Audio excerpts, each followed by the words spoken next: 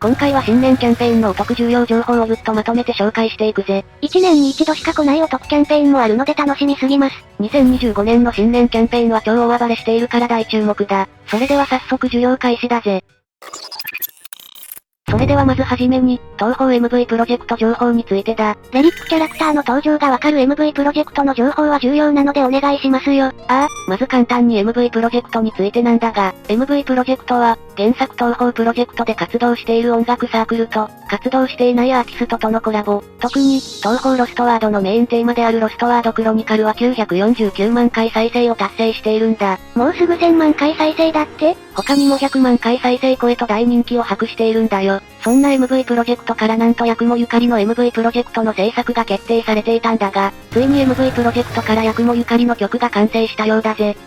一体どんな曲なんだろう？名前はダブルバインドという曲で、東方音楽サークルでおなじみサイトカインさんとアニメの主題歌も担当するソンガーリシェさんとのコラボ曲だそうだ。今聞いてみましたが、八雲ゆかりのように色気があってかっこいい曲調ですよ。またこちらの曲はログボで獲得できて、いつでも聴くことができるのでぜひネクロファンタジアが好きな方は聴いてみるといいよ。さらに今回こちらの曲の感想を書いた引用ポストで抽選で10名様にゆかり様のビッグアクリルスタンドが手に入ることができるんだ。欲しい？大きさは人の顔よりもでかいのでかなりのサイズだと思われるぜ。家に飾ってたら幻想郷に飛ばされることを祈ります。こちらが欲しい方はロスワの公式 X をチェックしておくといいぜ。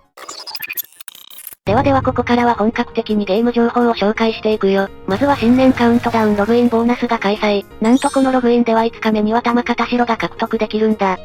レリックの限界突破素材はありがたすぎる。今年の報酬内容としては、1日目、決勝25個、2日目、再戦1万、3日目、大片白1個、4日目、福地利10個、5日目、片白1個。1日目の風決勝25個と3日目の大片白1個もうまなのでしっかりログインしないとですわ。そして金が新年ログインボーナスが行われるぜ。ログインすることで、2025年の初詣組シリーズが手に入れることができるぜ。星越札は何本あってもいいですからね。こちらもしっかりと獲得しちゃおう。新衣装やこの新絵札から見て、イベント後半、または1月末のイベントでアリスと白蓮が活躍しそうだ。この2人は魔界つながりなので新規様も活躍するかもしれないな。またゆっくりバースからゆっくりフランが登場しているぜ。ストーリーはアリスのお茶会に参加するようだ。このストーリーでは L1 のキャラの立ち絵が違っているので新キャラとして登場するかもなので注目ですよ。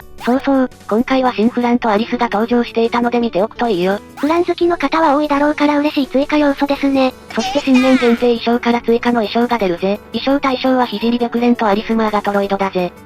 めちゃくちゃ可愛いじゃないの。白蓮なんかは珍しく髪を編んでいて、かなり若く見えるよね。もちろん通常時でもお若いですよ。アリスは帯を見せていていい感じですね。この期間でないと買えない衣装なので他のキャラクターを含めて気になる衣装があれば買っておくといいぜ。新イベントでイベントボーナス衣装対象になりますしね。そして新年記念ということで高魔島が特別にオープンされるようだ。最近出ていたばかりですけどこれは嬉しいですよ。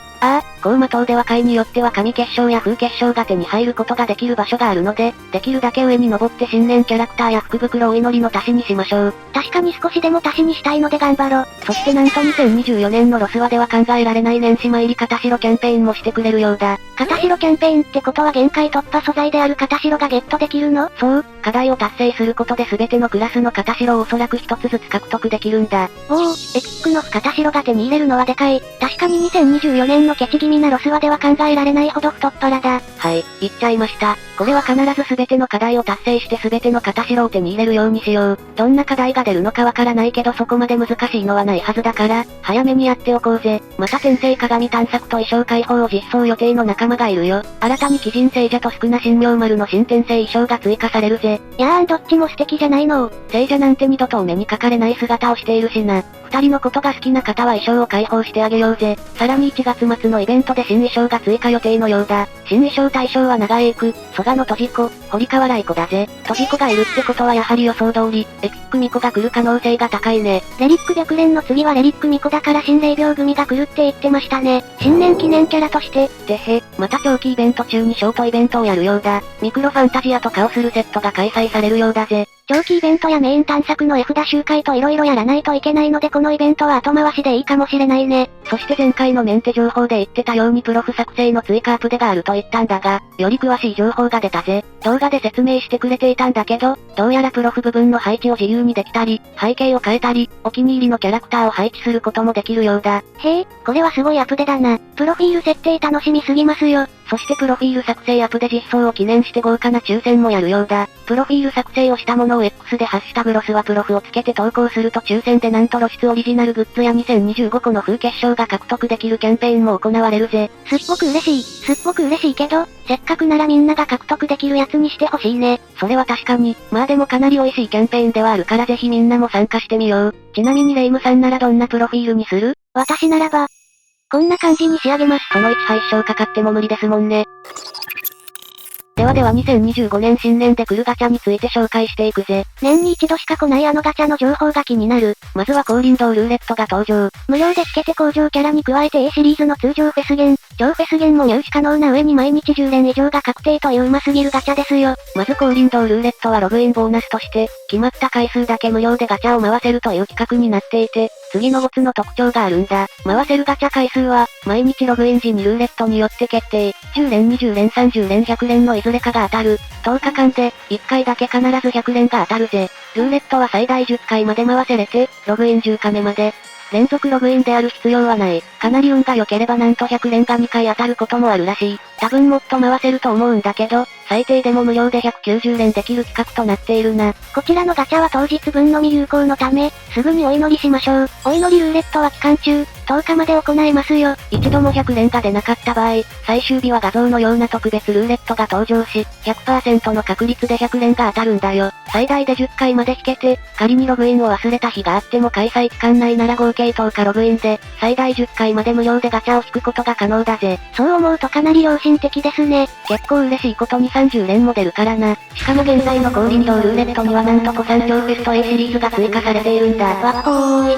ちなみに元々の排出対象キャラは合計21体だったんだが、2022年6月末までに終了したお祈りで登場したフェス限定超フェス限定キャラクターということになっていたんだぜ。前回の7月に行われた時のラインナップが2022年6月末までに終了したお祈りで登場したフェス限定超フェス限定キャラクターのことを考えると、今回は2022年12月末までに終了したお祈りで登場したフェス限定超フェス限定キャラクターぐらいになるかもとなると、今でも現役バリバリの超フェスセイランや稲葉聖ちゃんさんが手に入る可能性が出てくるのでなかなかでかいね。ちなみにこちらは1月1日から開催されるぜ。さらに例年通り引き直しガチャも来る。引き直しガチャでかなこ様を当ててこそ真のかなこ様リストです。ちょっと何言っているのかわからないです。もちろんこちらもなんと古参超フェスト A シリーズが追加されているぜ。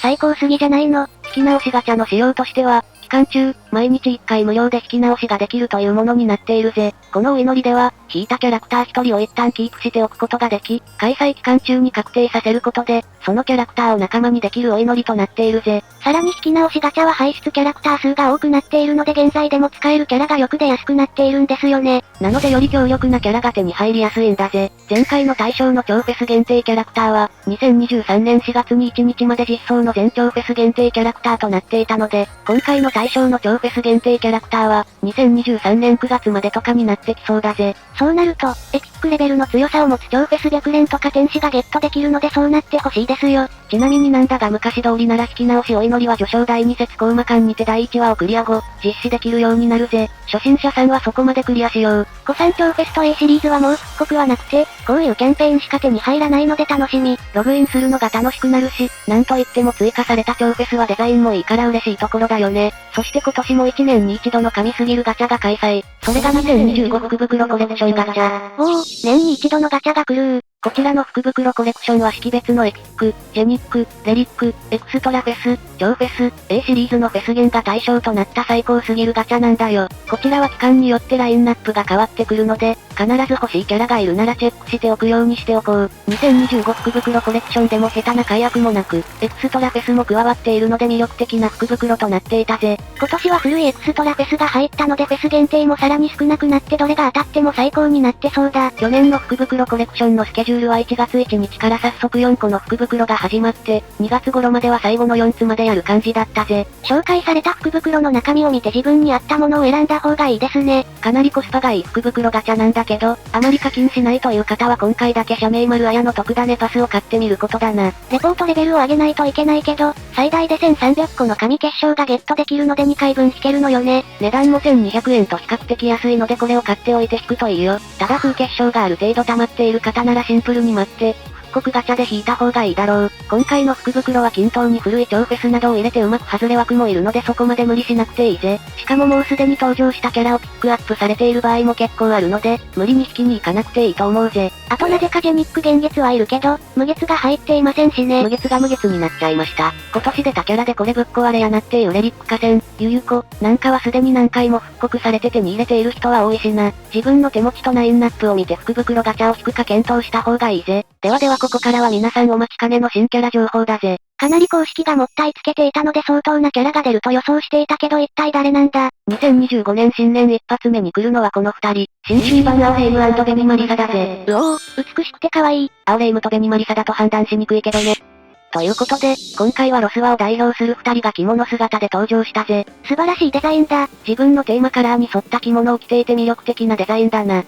あとマリサはロスワの中で1キャラ担当にしているのが確定しました。公式さんやたらとマリサで谷間作りたがるよね。そんな魅力的な二人の性能なんだけど、やっぱり今までのエピックと一線を画す強さだな。まず速攻式のアオレイムなんだけどステータスが異常でなんと速力2000に設定されてるんだ。その格好でどうやって速力2000になれるんだ。おそらく速力2000は歴代で初だな。攻撃力2000とかはいたけど、その他の値で2000超えというのは珍しいよね。攻撃力も1800とそこそこ高めに設定されていていい感じのステータスだな。そしてこのレイムの真骨頂が 240% の残裂弾持ちで、ついに出ました味方全体に速力の強さランク2を3段階付与することが可能。おお、ついに強さランク2を3段階付与キャラ来た。強さランク2 3段階アップは通常の強さランクを 1.9 倍、つまり約2倍にするんだ。速力を10段階積んでこのランク2の3段階アップを積めば通常の速力の約8倍にすることが可能。これがロスワの新時代か。元々の高いステータスに加えて 240% の残裂弾のことを考えるとその強さはもはや折り紙付きだろう。どんなスピードで跳ねつきしてんねん。